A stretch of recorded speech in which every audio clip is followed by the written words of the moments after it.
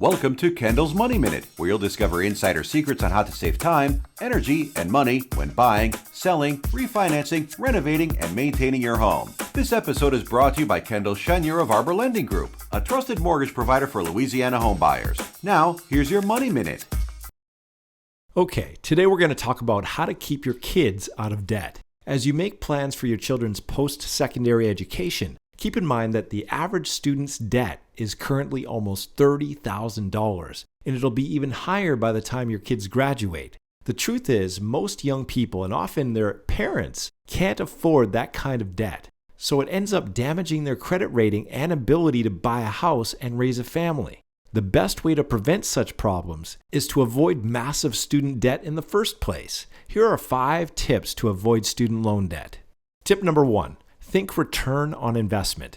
Choose a program you like, but also focus on what the job prospects are and how much they pay. An expensive degree doesn't make sense if you end up earning minimum wage. Tip number 2. Avoid non-government student loans. Even government loans can lead to major debt problems. But when you get into private loans, the interest rates are usually much higher and there's less repayment flexibility. Tip 3. Apply for every scholarship and grant you can find. Even if your marks weren't fabulous and your parents aren't poor, you may still qualify for aid. Some scholarships are based on volunteerism, community interest, non-academic skills, etc.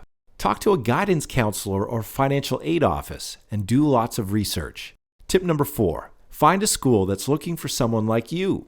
Each school has its own selection criteria based on student talents, interests, background, needs, etc. Finding the one school that really wants you can result in reduced fees, scholarships, and other perks. But be sure to discuss all this with the school before you enroll. That puts you in a much stronger negotiating position. Tip number 5. Smart mortgage strategies.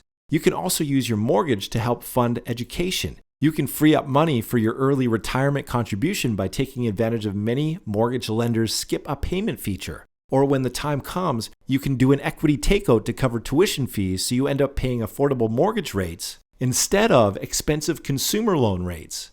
Bottom line, make student loans your absolute last resort, even if that means working for a year before going to school or taking a part-time job while you're learning. For more information on how to use your home equity to fund your kids' education, call us today.